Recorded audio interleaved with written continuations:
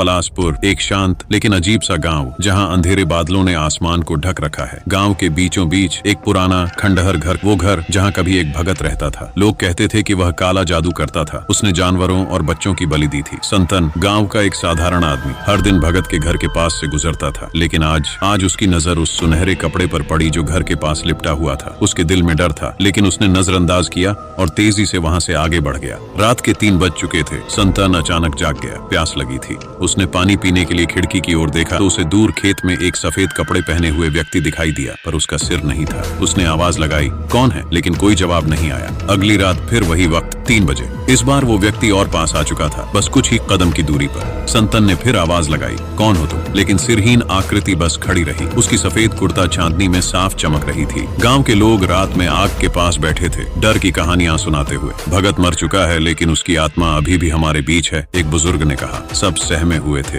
सब मानते थे कि जब से भगत की मौत हुई थी, अजीब घटनाएं होने लगी थी। संतन को याद आया कैसे उसने एक बार भगत को देखा था, काला जादू करते हुए। उसके चारों ओर खोपड़ियां, हड्डियां और काले जादू के प्रतीक थे। भगत की आंखों में एक अजीब सी चमक थी और उसने जानवरों और बच्चों की बलि दी थी। संतन ने तय किया कि आज रात वह जागकर उस सिरहीन व्यक्ति का सामना करेगा। उसने एक लालटेन जलाकर अपने घर के बाहर बैठने का फैसला किया। रात की खामोशी और उसका डर बढ़ता जा रहा था, लेकिन वह थकावट से हार गया और सो गया। रात के 3 बजे फिर वही डरावनी आहट। संतन की नींद खुली और उसने देखा कि वही सिरहीन व्यक्ति अब साइकिल पर उसकी तरफ आ रहा था। उसके एक हाथ में तलवार थी और वह धीरे धीरे उसकी ओर बढ़ रहा था। संतन भय से कांपते हुए बेहोश हो गया। संतन की पत्नी ने उसे अगली सुबह उठाया। वह डर से पीला पड़ गया था। गांव के लोग एकत्र हो गए थे। बात फैल चुकी थी। रात में एक बच्चा जो अपने पिता के साथ सो रहा था, 2 हिस्सों में काट दिया गया था। सभी की नजरें अब भगत के श्राप पर थीं। संतन ने साहस जुटाया और भगत के पुराने घर में प्रवेश किया। घर के चारों ओर जंगली बेलें लिपटी हुई थीं।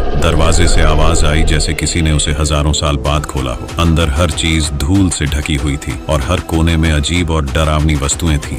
आगे क्या हुआ जानने के लिए ज्यादा से ज्यादा लाइक, शेयर, सब्सक्राइब और कमेंट करें और पार्ट 2 लिखें।